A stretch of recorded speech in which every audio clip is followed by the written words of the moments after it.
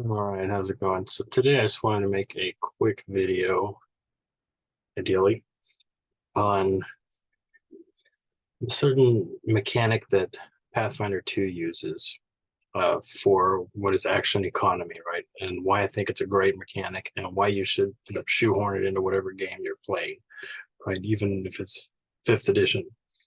Um, Basically, the Pathfinder mechanic, or the 2nd edition mechanic for action economy is that you get 3 actions every turn, right? Every time it's your turn, you get 3 actions.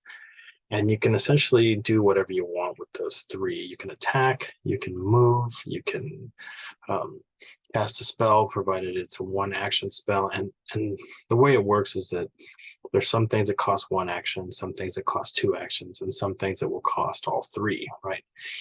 You can do a dash, like a move, right? And you can do that 3 times. That counts as 1 action, right? Moving is 1 action, or you can move and then attack and then move, attack, attack, attack, attack, attack, right? Each time taking a penalty, but it lets you mix and match these things, right? And so the first thing that this does is that it gives you a lot of options as a player, right? It's in terms of like, what is it you're going to do? Um, so it's my turn. I can move and cast a spell. Some spells only require 1 action, so I can move, attack, and cast. I can heal. Like if you're a healer, you can move, heal a guy, and then attack the guy that's attacking him, right? All 1 turn. So you can mix and match these things really nice, and it gives you a lot of options as a player, which is really fun. Along with that is that what makes it fun is that it makes you have to make decisions, right, with your action economy. Right? And this is because it's such a versatile mechanic, right? Unlike in Dungeons and Dragons, right, where you're basically still using really the 3rd edition, right? You can move and then attack, right? You have a move action, standard action, or attack action, and then sometimes free actions, or what they used to call swift actions sometimes.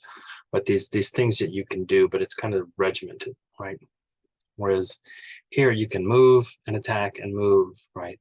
Just use your 3 actions however you choose, mix and match them, or use them all towards 1 thing, right? So it makes you sort of decide, right? When you're playing, you have these decisions to make, and you have these options that are created for you, which make you make decisions, right? And that makes it more fun, right? Because now you're more engaged. Like, well, what am I going to do with my turn? So the fact that it increases the decisions you make makes it more fun, right? More engaging. And lastly, and what I think is the most important from a DMing point of view, is the sort of infinite variability that this creates for the game, right? And that, let's say you have a spell that costs 2 actions, right? Which most of them do. There's little perks for spending your 3rd action on them, right? And likewise, if it's only a 1 action, spell, you can spend 2 actions on it. Gives you a little perk. So to give you an idea, right? Let's look at the heal spell from Pathfinder, right? And what you get here is you use 1 action, your heal spell has a range of touch, right? You use both actions, 2 actions, now it is a range 30-foot spell. And then if you use all 3 actions, it becomes a burst, right? Healing everybody in 30 feet. And that's just kind of one little way to tweak this mechanic, right? To add variability, add decisions that you have to make, right? Do I want to heal them at a distance? Do I want to just burst out and just keep myself in danger, right? So it adds these little elements, right? You can do this with this other spell. This is elemental breath, right? Normally a 2 action spell, but if you spend the 3rd action, it lets you choose, right, rather than roll a die, right?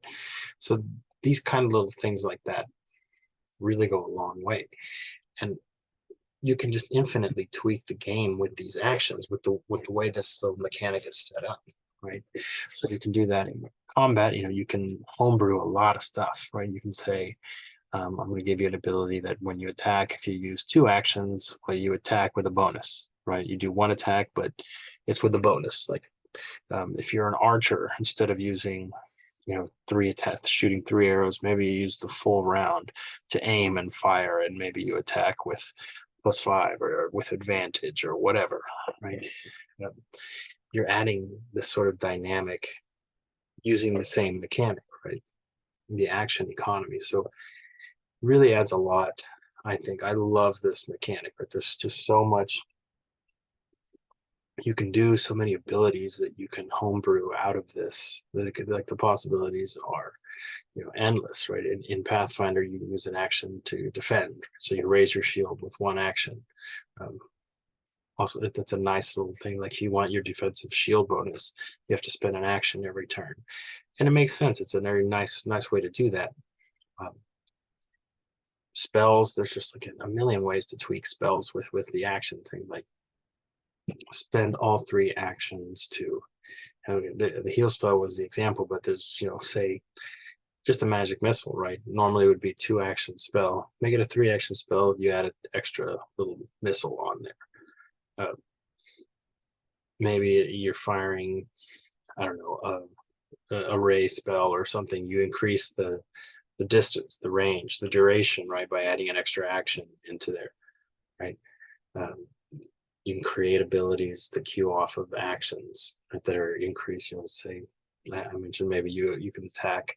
You create an ability called Overpower, and if you use all 3 of your actions, you get to your fighter can attack with a bonus to overpower an enemy's defense or something. Stuff like that. It's just like the possibilities are just like endless with it, right? You can just make all these new little homebrew things, right?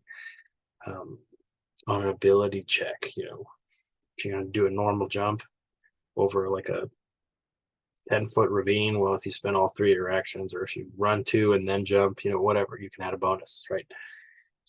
So all kinds of fun things sort of built into it. It makes this a really great mechanic to include. Like, if you're not playing Pathfinder 2, you can certainly shoehorn it into 5th edition, I think, pretty easily.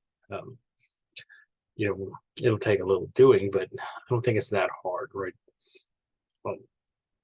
Just make baseline 3 attacks, and D&D gives you extra attacks. Maybe you raise the penalty, right? There's ways to do it, but it's worth checking out if you haven't checked out Pathfinder. If you like to homebrew a lot, I highly recommend using this mechanic. This is a great mechanic, and I think is maybe the best thing out of Pathfinder 2. And there's some fun stuff in there. I don't want to say it's the only thing, but it's a really great mechanic, and I'm planning on shoehorning it into like everything, right? So keep it short. Great mechanic. Highly recommend you use it. Pathfinder 2's action economy. If you don't know it, go check it out.